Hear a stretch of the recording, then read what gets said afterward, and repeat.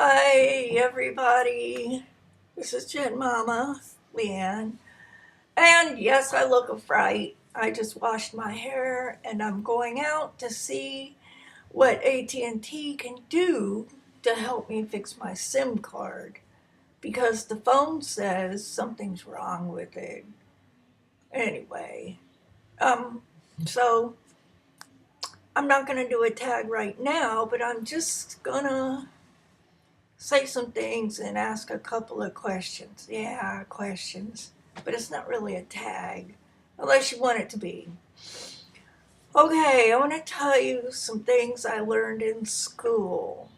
And it wasn't really until I got to my third college that I learned these things. And I forgot my teeth again. This is disgusting. How could I do that? Oh, okay. That's embarrassing. Okay. Got to my third college. And I had flunked out of my second university. And so I started this junior college with one class. And I said, I better conquer this now because it's my worst thing. And that was algebra. So, anyway, I had a really good teacher. And I went on to, I took pre-algebra, then I went on to 101 with the same teacher, and I did really well, and I brought my grade point average up to where I could enroll as a real student, a full-time student. So there I learned a lesson that it's not too late to start over again, even if you failed. Do you hear what I'm saying? If you think you failed at something, it's not too late to try again. Okay. That was a very good lesson and it made me very happy. And the second one is I really enjoyed school. I liked the teachers, and that makes a big difference. And I liked the students, even though I was like 20 years older than they were. And I started off studying occupational therapy, which involved a lot of anatomy and physiology and psychology. And I hated psychology. I got D's in two or three psychology classes, and I did okay in anatomy and physiology. But I was talking to my psychology teacher, who incidentally is named Leanne. We would pass each other on campus and go, "Hi, Leanne. Hi, Leanne." Ha ha. It was pretty funny. I said, "You know what? I am just not happy studying psychology." She said, "I think you need to go be a music major just like you intended. You do not belong here. You're not happy." So I felt like that was a blessing. That was like I got permission from God. So I went and studied what I wanted to study, even though people said, you'll never get anywhere if you study music. Won't be able to make a living. Which is bullshit. I live in California. Hello. That's all that lives here is musicians and authors.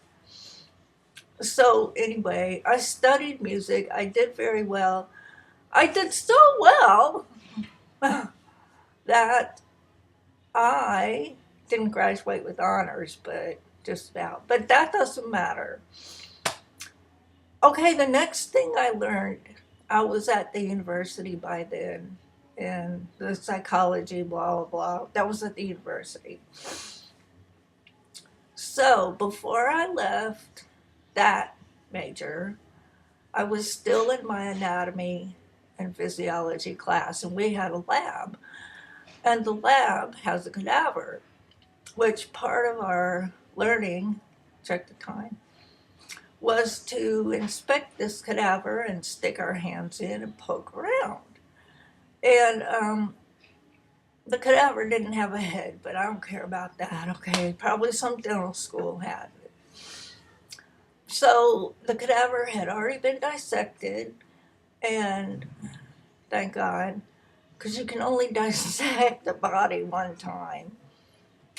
And so I was picking up organs, and I picked up this black thing. It was an organ.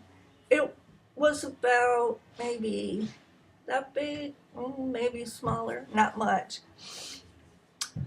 And the technician said, "Oh, that lady was a lifetime smoker." And see this shirt? Totally black, black, black.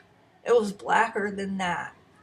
Okay, and it had been preserved, of course, so it was full of fluid, but it was kind of heavy. And I'm sure that all the tissue, all the way through and through, was totally black. It was enough to make any smoker quit. Okay, the next thing I learned was that when you get assigned um, a paper, like to write a 10-page or 20-page paper, you do it. But who are you writing it for? Are you writing it for the teacher? Are you writing it for the grade? Are you writing it for yourself?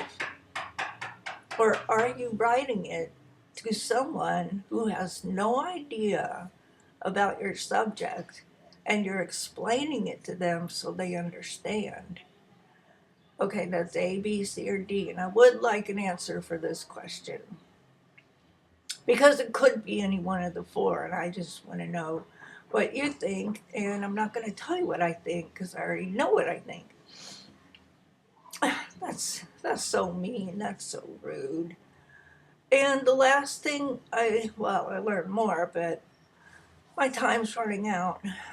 The last thing I want to talk about is we have a big problem and have had it for years. And it's Dutch elm disease. And it's a disease and it kills elm trees. And nobody's been able to figure out why.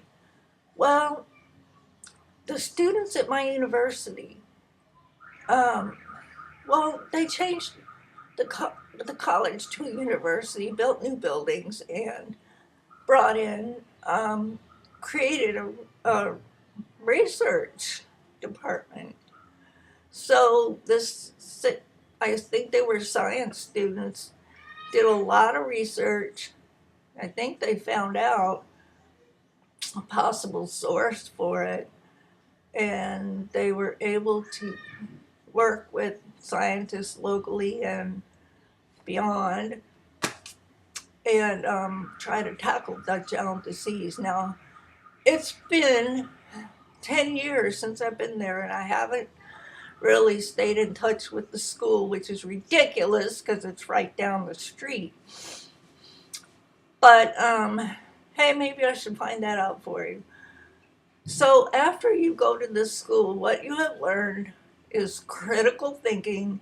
They teach it in every class, even physical education. They probably teach it at lunch. It's part of the curriculum. It's written into every class. And so this is one of the reasons that I am like I am. And I don't think you see very much this side of me, but I learned critical thinking there. And I also learned that if I want to know something, I'm responsible for learning it. Okay, I don't just go look up things on the internet. Um, I do, but that's not a reliable source for me. So anyway, I gotta end this. I have 30 seconds and I have to go out. I love you all. Bye.